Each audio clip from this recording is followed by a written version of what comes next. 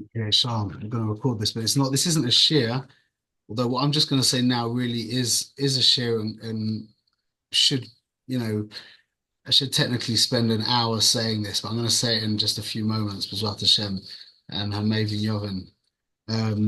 That we're all struggling to. I mean, we might say it in different ways, but a lot of our struggle is to love ourselves. Yeah, we're trying to have, whether you call it a decent relationship with yourself, whether you feel one with yourself, comfortable with yourself, or however you phrase it, yeah. And it's essential, and it's essential. Now, what I've learned in my few years on this planet is that all of the pump up, like, how do you call it? Like, prep, not prep, pep talking kind of, pump up. What do you call it? Like what they do, what they say to like basketball players or before they go out to a game. What do you call it? Pep talk. A pep talk. Fine. Yeah, the pep talk doesn't work. It really doesn't work. You can call yourself all kinds of nice names. You can tell yourself that your mum is wonderful, lovely, fantastic, that you're a chelik elikai mimal, that you're a little piece of God, that you come from under the kiseh covered, that he loves you dearly more than himself. And you can say that to yourself over and over and over and over and over again. But from what I've seen, it doesn't work. Yeah. That if if you can't, this is it. This is it. Please remember these words. If you can't trust yourself, you can't love yourself. Finished. As simple as that. Shalom real. This is everything it comes down to, and everything that I've learned. I know we speak about all these fancy, beautiful ideas and all this kind of stuff, but this is really the foundation of everything. If you can't trust yourself, you can't love yourself. And I don't like this idea of saying love yourself because it means that there's like me and the love and all that kind of stuff. But let's just as a what do you call it, as a way of speaking. Um, if you don't love yourself, yeah, then everything's going to be going haywire. Everything. So the foundation of everything is trusting yourself. How can you trust someone who you don't love? Sorry, slicha. How can you love someone who you don't trust? It's impossible. You can't love someone who you don't trust. Impossible. So how do you trust someone? The way you trust someone, you trust people who are trustworthy. It's as simple as that, and you can't fudge it. There's no way of fudging it. If somebody isn't trustworthy, you can't trust them. So how do you know if somebody's trustworthy? It's because they come through with their word. They come through with their word. They come through for you. Every time they say they're going to do something, they do it. And you know to the point where when you ask so and so to do something for you, you know it's as good as done. You don't have to worry about it. Yeah, that's called trusting someone. And you have to develop that inside yourself. Think don't no one needs to like put up your hand and tell me whatever's going on.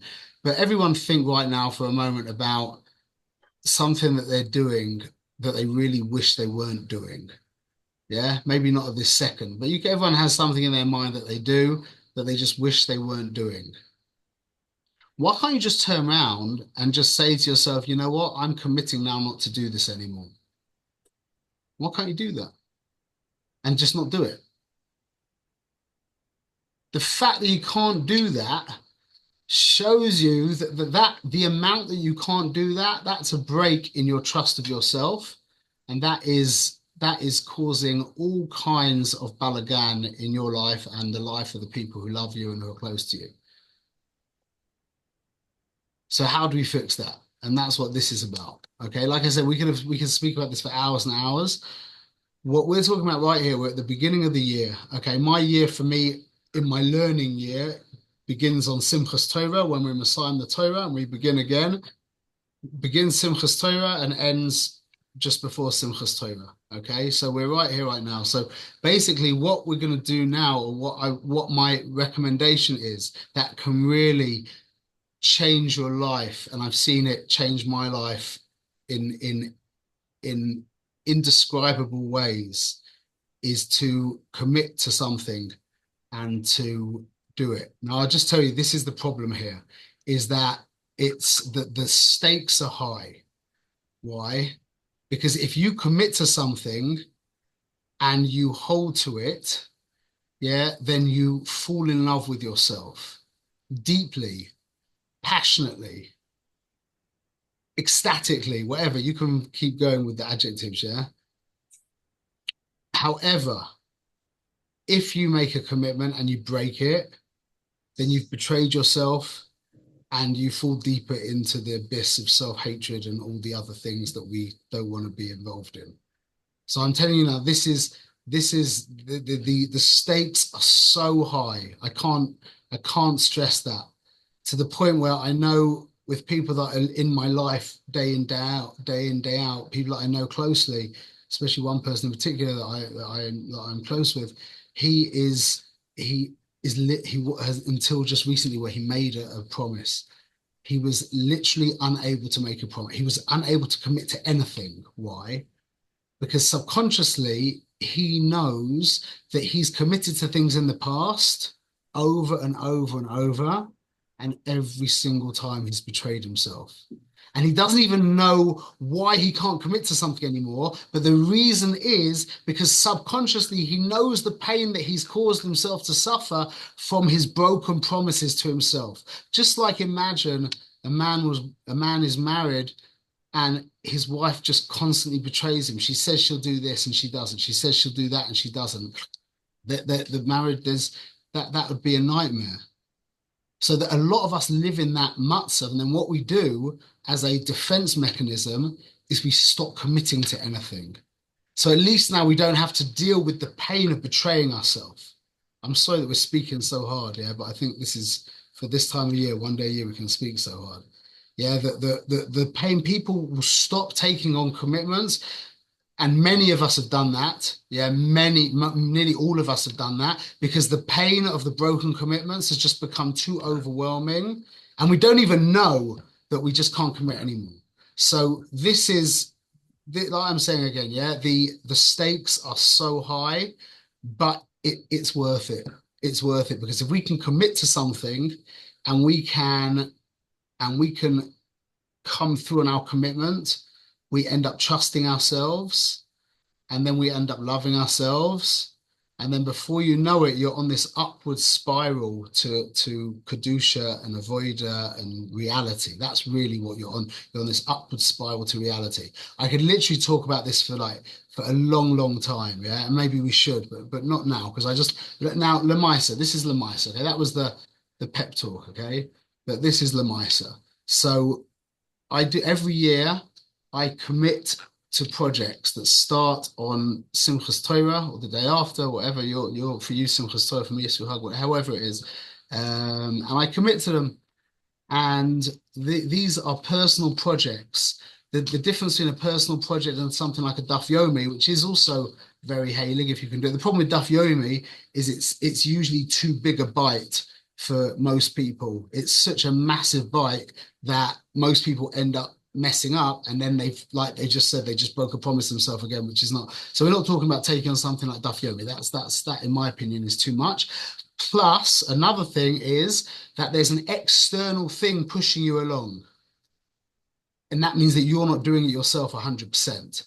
There's this like kind of momentum in the world with Daf Yomi, and don't get me wrong, that has a time and place. That's great, but what we're trying to do here is we're trying to be somech on ourselves. We're trying to trust in ourselves. So there's not going to be any wind moving along. There'll be a little wind moving along depending on what project you decide to take on. If you decide to take on a project, okay. So I'll tell you, this is my thoughts, and I want anybody to, please. This is now an open forum. That was.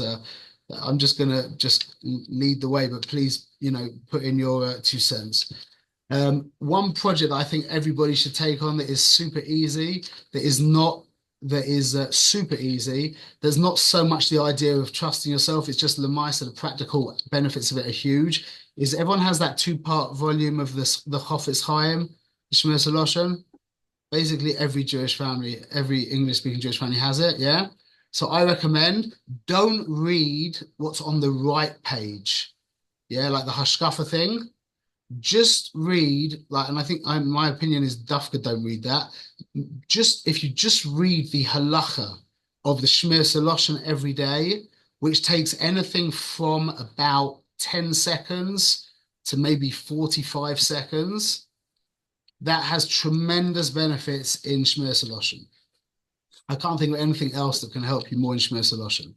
And Shmir Soloshen means basically you're kind of trusting yourself because you want to say something and you hold yourself back from saying something. That's a huge victory for Hashem.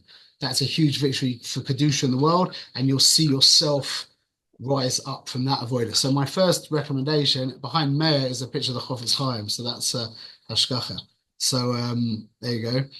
So my recommendation is that that project is it's not even really called making a promise again because it's too easy in a sense. Yeah, we have to take on something that's a little bit beyond our comfort zone. That's like literally, like I said, between 10 and 45 seconds. That's just a no-brainer, but that will help you in Shmir Soloshen, which is foundational and fundamental for your Avodas Hashem. Okay. Now there's another thing which I do each year. Again, I'm just throwing out ideas. You can run with this and take this yourself. I do what I call a chumash project. Basically, something that goes along with the chumash. So whether that's chumash Rashi, that's quite a big bite. Yeah, I once did the Or Chaim HaKodesh, which was a tremendously big bite. Yeah, that was ridiculously difficult. Yeah, then there's also the art scroll, the Ramban HaKodesh, which would also be considered quite a big bite. It's not as big as the Or Chaim, but still quite a big bite. And then this year, I'm doing this. Yitzi has decided that he'll do this with me. I'm doing what's called Sefer Mitzvahs by it's the art scroll Sefer Mitzvahs.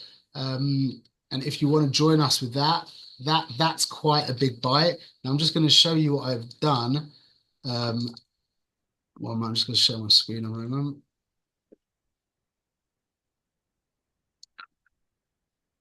Everyone see this? Just give me a thumbs up if you see this. Yeah. Okay. So what I do, I take this very seriously. So I actually take a time out before this day, and I do this kind of thing. So this is the Sefer Chinuch, which is going to be it's 10 volumes, and it starts on the 23rd of Tishrei, and the Siyum is on the 15th. I Yeah, don't think we're seeing the right thing. No? we're just seeing your desktop. We're just seeing your. Oh, you see my desktop. Oh, sorry. Okay, 1 minute. Let me share a different screen. Oh, there you go. Sorry. You seeing this? Yeah. Yeah. Okay, so I've got a few of these. I'm going to tell you about these a little bit, but this is what I do each year. So this, I don't know if I recommend doing this. I'm just showing you what's available. This is quite a big bite. Okay, this might be worth doing another time. But this project of the Sefer Chinuch, which is foundational, it's not going to be going according to the Parshias, as in you're not going to be doing Bereshis on Bereshis and Noach on Noach, but it is going through the whole Chumash. So that begins on the 23rd of Tishrei, and that will make a Siyum on the 15th of Tishrei next year. Okay, so it's basically every day I've broken it down. So again, if you want to do that, that's a big bite, but I don't know if I recommend doing that. 1 moment. Okay, so that's a Chumash project. Yes, that's one idea. Is that, again, I'm not telling you what to do. I'm just throwing out ideas for you. Okay. No, but I think that's good though because, I'm sure you're going to mention some other ones, but those sheets are really good because you broke it down by page. So if Yeah. someone takes on a project, it's good that you have them broken down already. Yes, exactly. This is the point. So 1 moment. Stop sharing again. Yeah. So I took on there's another thing that I want to talk about. And so this is a bit like not Masudar what I'm saying, but one of the projects I took on last year was, if you see this, I'm not trying to show off, I'm trying to give people some chizuk, yeah. I decided to go through Pirkei Avos 48 times, yeah.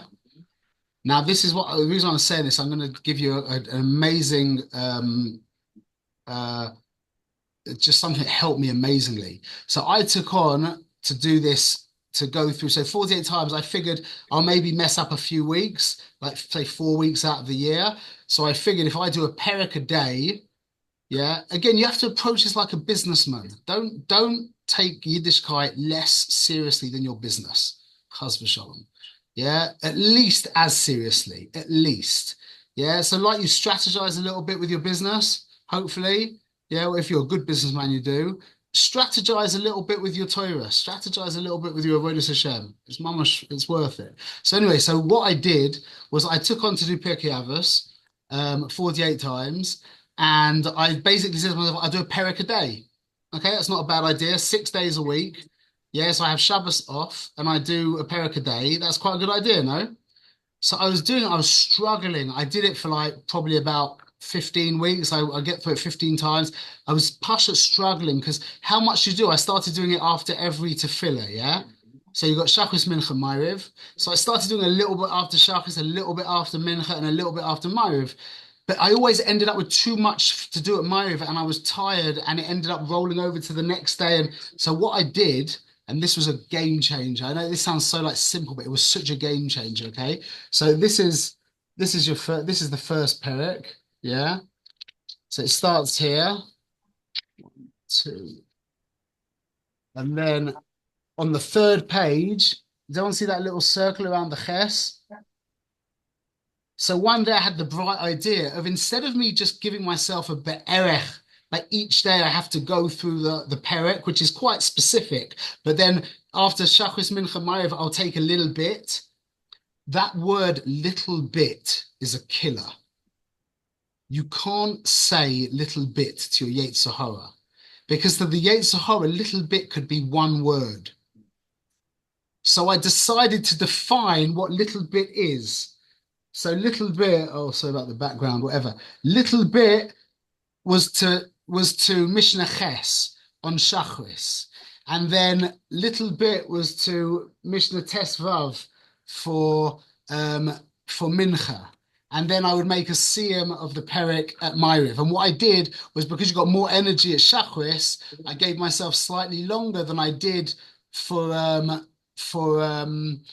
I gave myself a little bit longer, so I actually timed myself one week. Do you see this? Wait a minute. It's out of focus. No, focus. You see that? So these are prakim. So for example, on Monday, yeah, the first reading took me 2 minutes 45 seconds. And then it was 2 minutes and 2 minutes. Yeah. On Wednesday, it was 3 minutes, 15 seconds, and then 2 minutes and 2 minutes. And this is ways that we defeat our Yetzer Hara.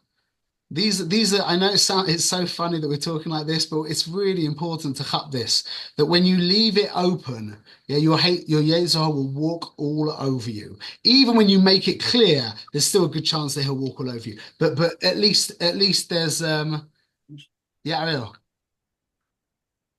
So where do you draw the line between reading and learning? Because I find that when I take things on and I want to cover ground, I am covering the ground, but I'm often retaining less. But then I chalk it up to it's getting absorbed somewhere, and that's good. But then there's other times, like or other things that I'm learning, let's say with like Inside Out, or yeah, Inside Out, where like that is going right in. You know, I'm Okay, like I get you. Let me my cut you behavior off. is changing. Sorry to cut you off, but just to save time, I understand what you're saying. I think that you just do it. Just this is what we've just said, like the whole thing at the beginning was we're talking about keeping to our word.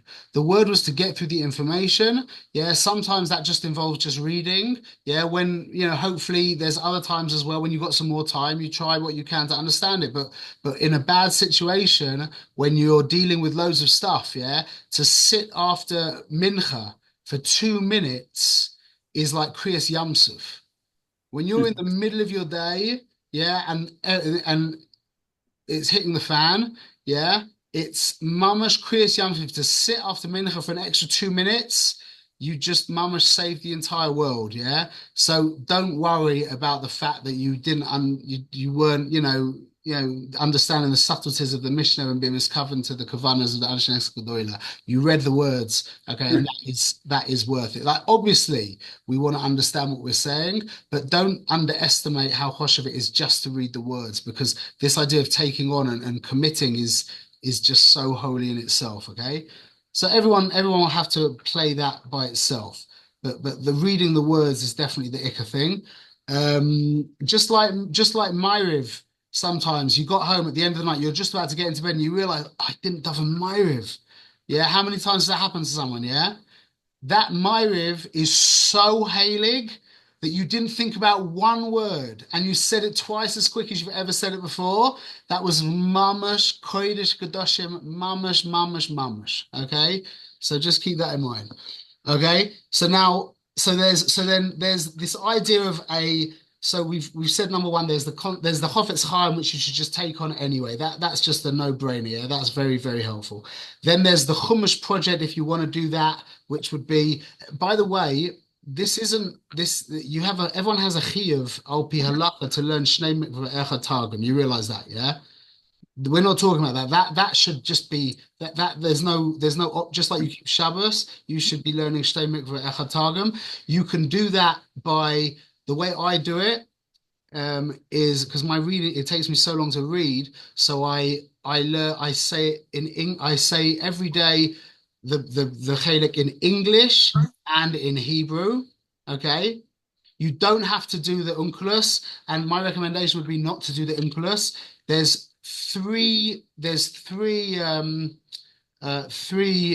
Targumim, three like Ikka Targum in English, yeah. There's the Art Scroll, then there's the Living Torah by Aryeh Kaplan, and then there's the Chumash by Chaim Miller. Everyone's aware of these three Chumashim? Okay, so the art... Not the Living Torah, which is the Living Torah by Aryeh Kaplan. The Living Torah is by Aryeh Kaplan. I don't really want to get up. You can Google it. It's the Living Torah by Aryeh Kaplan, yeah? So these are the three main translations into English. The Art Scroll Stone translation is very, very authentic to the actual words. So sometimes it doesn't make a lot of sense, but it's a very accurate translation. That is not the best translation. That is not the best English to read to be Yotzi the Targum. Yeah, the Living Torah is excellent because he put in lots of midrashim and all the rushes and stuff. Yeah, so although it's not authentic, what's the word? Not authentic, but accurate to the actual translation.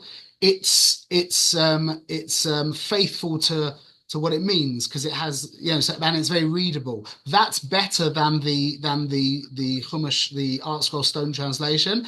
And then there's what I do now, which I think is the best option, is the Chaim Miller Chumash. It puts in brackets all the added in stuff, so you get like the faithful read, and then you know what is the midrashim and the rushes. And I find that as a fantastic translation. So this isn't what we're talking about. That is a chiyuv min Torah. So what I do, the way I do it is every day, at least I try to do every day, is I learn I read through the English and then the Hebrew. That is not a big deal. And then this is B'diavad, but I do it, is on Shabbos, I read with the Baal Koreh. I read through one time with the Baal Koreh, and then I'm Yotzi my Shnei Mikvah Echad Targum. Okay? So then there's the Chumash project. Then I said there's the little thing that you can do like after Mincha. Again, it doesn't have to be as big as like Pirkei Avos that many times. Maybe it could be 12 times Pirkei Avos instead of 48 times or something like that. But something simple that you can commit to, that you can have in your pocket every whenever you're waiting for a bus or whenever. They call it like the waiting safe or something like that, yeah.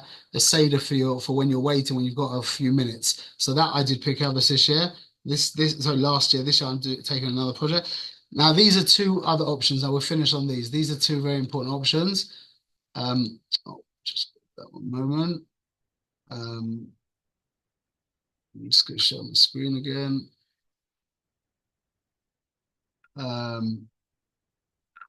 So this is another 1 minute. This is what me and Yitzi did last year. This is a reasonably big bite, but not an insanely big bite. And the problem is, I haven't got this for a regular year. This is just for the leap year. This is Tanakh in English. By the way, don't forget that learning in English is very, very heilig. So this is Tanakh in English. This is the Living Torah from Aryeh Kaplan. It's a 3-set sefer. It's a big sefer. Yitzi, how did you feel about this year? I'm happy I did it, and I'm not looking forward to doing it again. It was a big avoider, but we've done it, and it is definitely. I also worked it out that by Purim you read Megillas Esther, by Pesach you read Shir Shirim, by Shavuos you read Rus, by Tisha B'Av you read Eicha. I tried to portion it out, but like I said, this is for the leap year. So if you do want to take this, I'm happy to give it to you, but you'd have to modify it yourself for a regular year, because this year is not a leap year. Okay, and now this is what I wanted to recommend to people that has been very, very helpful. This is the thing. So I've got this for leap year and regular year. This will be the 4th time I'm doing this year, I think. Okay, this is the this sefer that most of you probably have. Yeah, the Ribiat Sefer on Hilchos Shabbos is a 4-volume sefer. It's quite expensive. It's probably about $150 or something like that, but it's very much worth it. And this is all of Hilchos Shabbos. And again, like I said, it's broken down. So it starts on the 23rd of Tishrei, and you will make the Siyum on the 13th of Tishrei next year. Yeah, this is probably an investment of around, 6 to 12 minutes a day. Yitzi, what do you think? Yeah, this one I really enjoyed. This one I'm looking forward to doing it again. Yeah, six, 7 minutes. 6 to 12 minutes. 6 to 12 minutes a day. It's in English. It's very readable. It's super applicable. It brings Shabbos very much into your day-to-day life. And I strongly recommend that. You feel welcome, but not feel welcome. I would love it if somebody would think of something else and do what I've done. If you want some help, aids on how to do that, I'm happy to talk you through it. It's not very difficult. But we've still got a few more days. I know it's very busy now, but if there is any book that you're looking to do, now the point of those Yom Yoms is that, oh, you want to do that, Meir? Is that broken down? I've been following Mishnah Yomi, so I have the whole schedule. Okay. It's 2 Mishnayos a day. It's pretty simple. I learn it with my son every day, which is really nice. That's great. Okay. So I'm going to throw another one out there because Meir threw one out. Oh. This one over here is the Kitzur Shulchan Aruch, and it's broken down on. There's a website 365 Kitzur, I believe. It's already broken out by days. yeah, I also do the Kitzur Shulchan Aruch Yom Yom. That's also another great idea. Again, to do that in English is not a bad idea. I do that in Hebrew, and a lot of the time I don't know. Some of the times I don't know what I'm reading, but that's a very good idea as well. But the point is, and this is the idea, is again, it's like we're giving ourselves to say, I'm going to learn this year is usually a recipe for disaster. To say, I'm going to learn this year and I'm going to strategize and I'm going to work out what I need to do each day is usually a recipe for success. So I've taken, so I'm happy to give out these Yom Yom things. Like I said, I strongly recommend the Hilchos Shabbos one. I don't recommend the Sefer Mitzvahs one, and the Nach one. Again, if you want to do that, you're going to have to modify that yourself. I'm not doing that this year. I'm going to do Nach Bli Neder every leap year. That's my goal. But that's basically it. That's it, and that's really that can save you a lot of money with therapists and all that kind of. I'm telling you, these kind of things that are trying to help you become, founded and rooted in yourself. This is, you could look at that as an investment into not having to pay for that, because this is much, much, much more real. The more you trust yourself, let's start from the beginning. The more promises you make that you keep, the more you trust yourself. The more you trust yourself, the more you love yourself. this is the important point. The more you love yourself, the more you become yourself. Eventually, you stop loving yourself. Eventually, you stop loving yourself and you actually become yourself. And there isn't, that's a bit strange. Sorry about that. That eventually you actually become yourself and you stop loving yourself because you become yourself. But the first things first is we need to make and keep promises. Make and keep promises. And I know people inside, there's like things that are shaking them when you hear those words, but making and keeping promises, if you keep making and keeping promises, will lead you to trusting yourself. Trusting yourself will lead you to loving yourself. Loving yourself will allow you to become yourself. Once you become yourself, well, you did it. That's it. That's all we're here to do, is to become ourselves. Once you become yourself, you're in line with the Ribono Shel Olam and you're doing what you're meant to be doing. That's it. I'll say the other way. If we make promises and we break them, yeah, Chas v'shalom, then we betray ourselves. If we betray ourselves, then we hate ourselves. And if we hate ourselves, then we can't become ourselves. I don't want to say that, but this is the stakes are high. They really are high, and but it's worth it. So I hope this was a little helpful for people. But I'm in it with you, and like what Michael did this year with the Mesilas Yesharim, people were egging each other on a bit. Like that, there's a huge mileage to that. If you can take a project on by yourself and keep the momentum going yourself, that's maybe even something more heilig. But don't underestimate, even if you're with a group, and like with us, if we're in a group, we'll be, egging each other on as well a little bit. So that's also worth a huge amount. But I just wanted to give you this is my Ikar Eitzah in Avodas Hashem.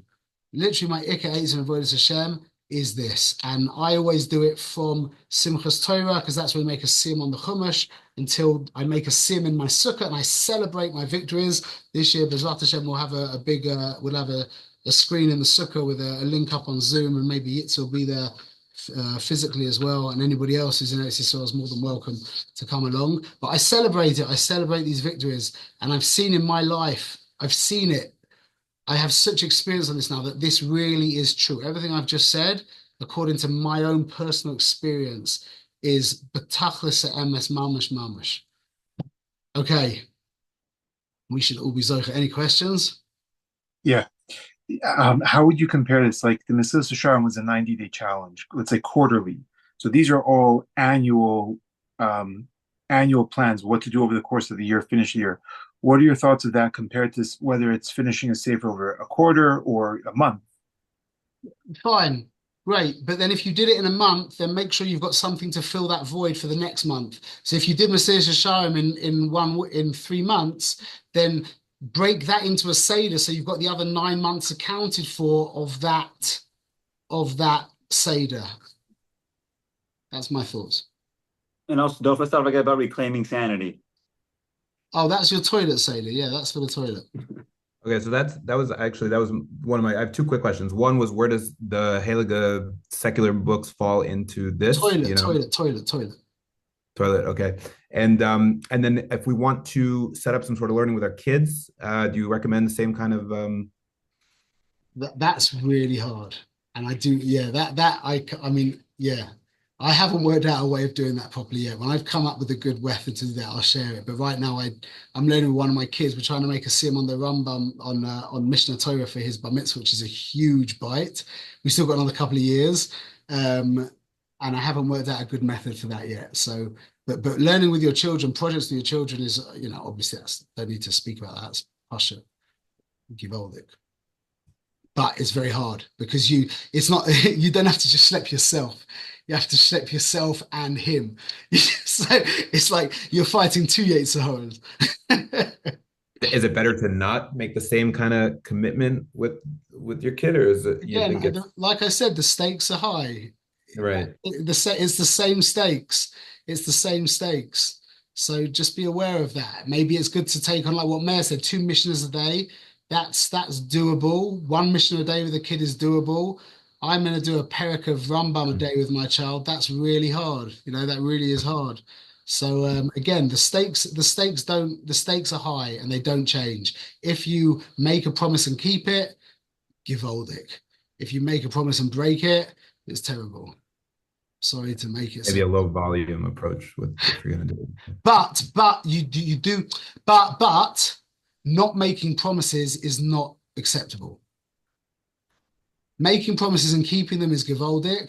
Making promises and breaking them is terrible. Not making promises is not acceptable. Sorry again to make it so stark, but that's really how I see it. We're not messing around here. This is life. This is just like you take your business seriously. This is much more serious. It really is, and we have to approach it in at least the same way. And then eventually we'll be taking it much more seriously. But you definitely can't take it any less seriously than your business. Definitely not. Or your family or any other aspect of your life that you think is choshev. It can't be left up to chance. We can't leave these things up to chance. Okay. Here we should all be mamash, ma'od matzliach. Not for us, for the Boin Shloim. He should be mamash matzliach because he deserves our hatzlacha. Bezrat Hashem. Okay, it's like a Chavrei.